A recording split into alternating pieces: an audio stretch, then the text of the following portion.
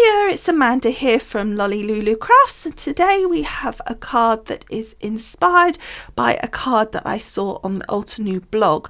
I will put a link to that if I still have it on my blog post so that you can see the original. I definitely have a photo if nothing else, so at least you can see the original, but I saw it, I really liked it, and I thought I would do sort of my version of it.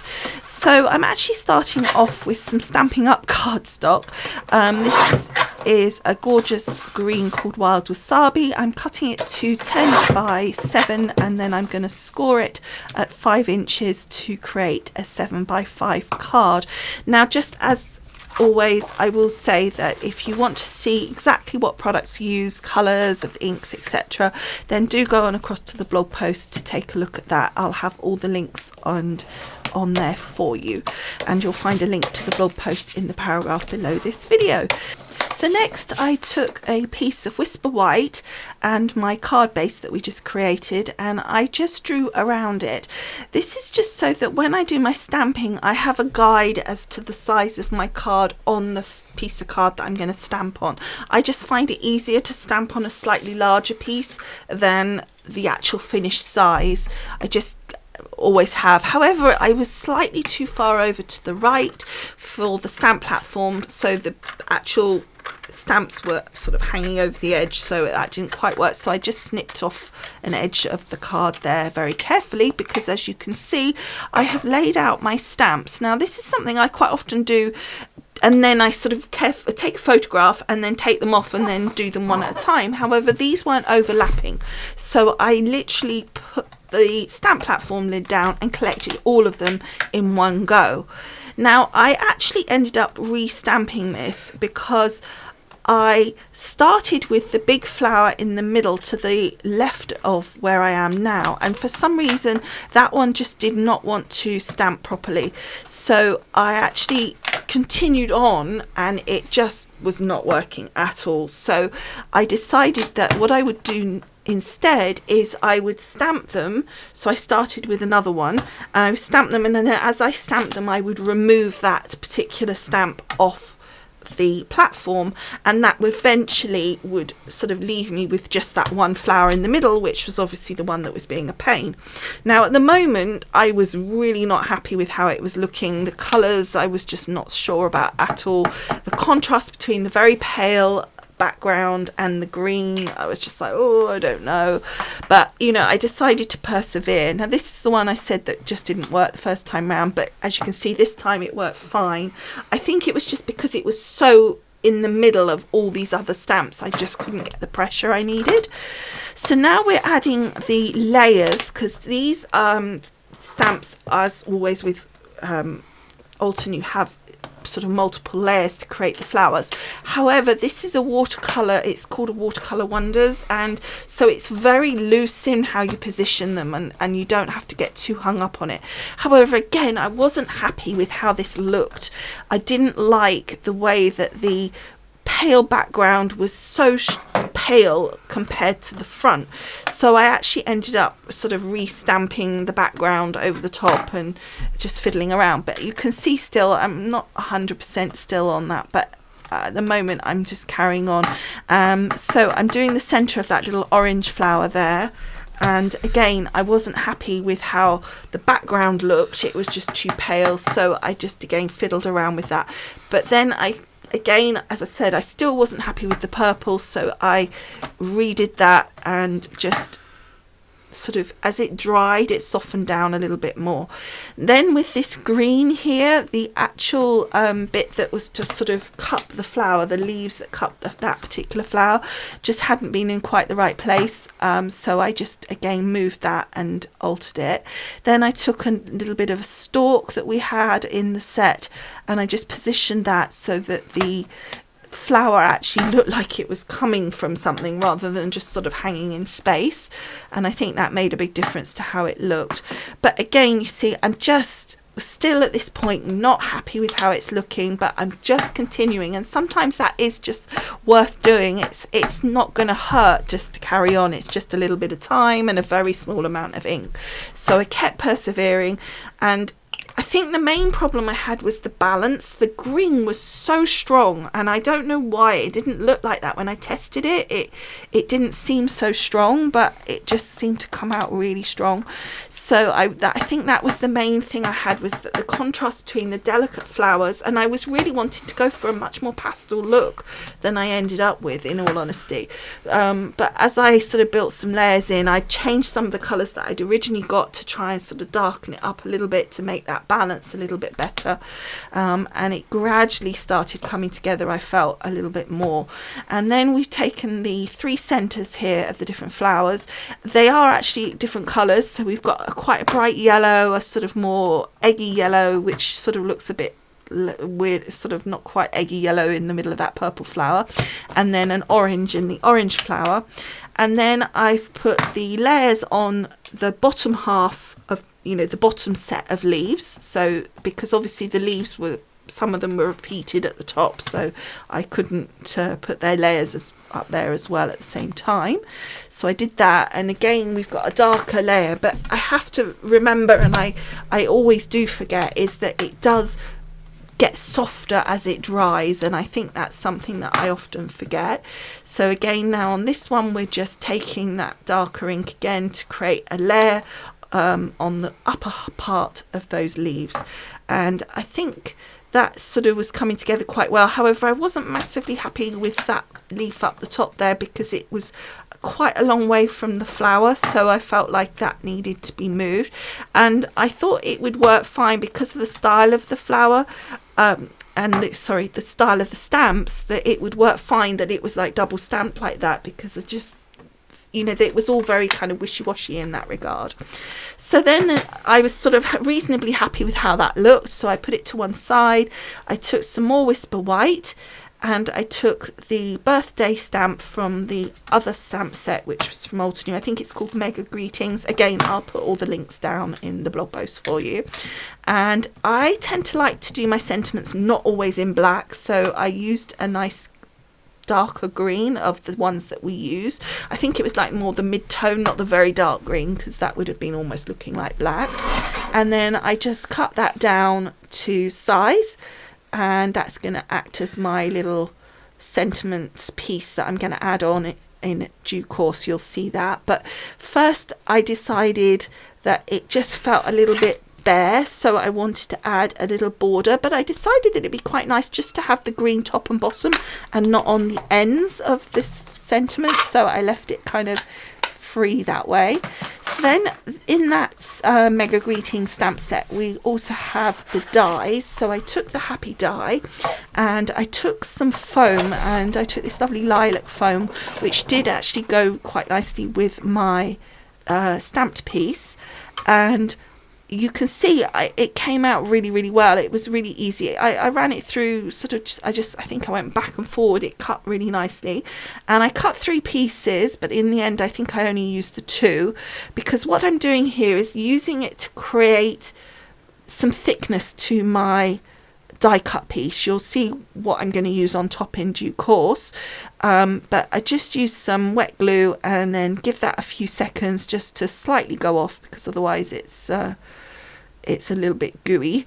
It is a bit of a mess, and you have to sort of be careful that you try not to get it on top of the piece, although at this point it's less important because I'm going to put another layer on top.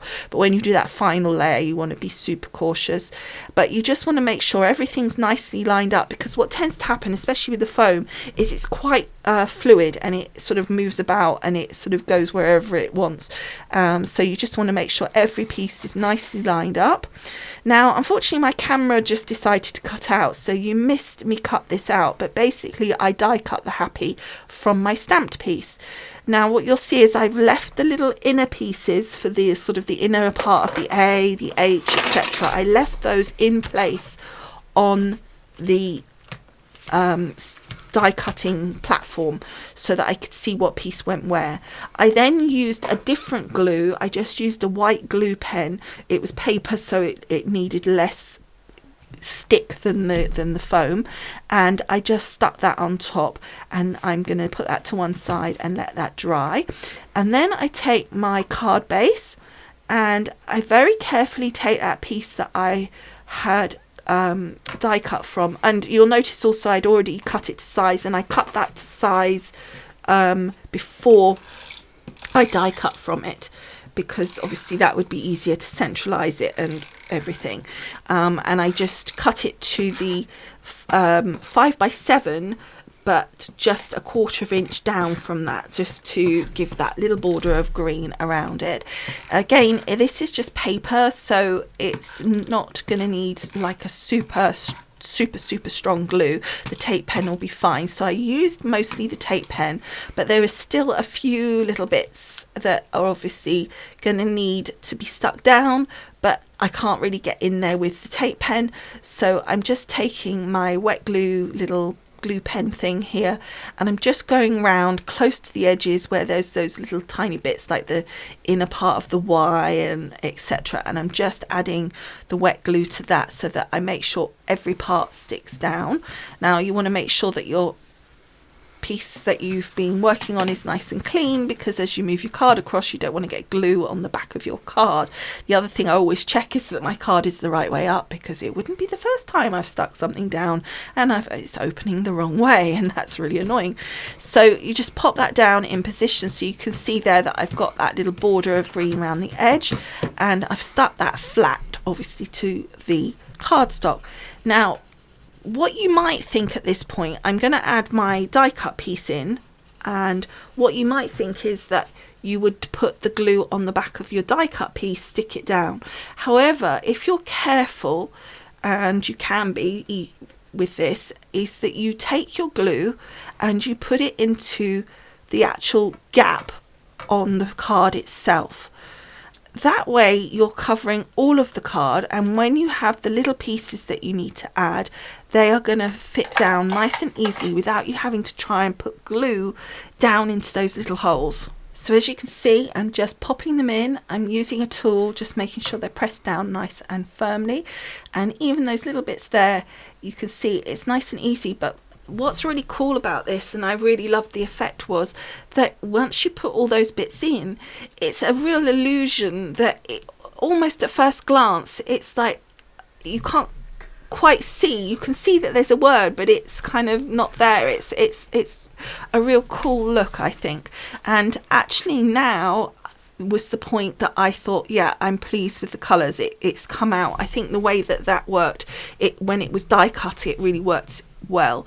And you'll see there I just used the tissue just to get any excess glue that had leaked out the sides. So at the moment we've just got happy, which is fine, but we need a happy something, I feel. So I'm taking my little birthday sentiment and I'm just fiddling around here for a minute to think, well, where exactly does it look right? I don't want to cover up like loads of my stamping, but on the other hand I feel like it needs to be sort of close to the birthday so that it kind of makes sense.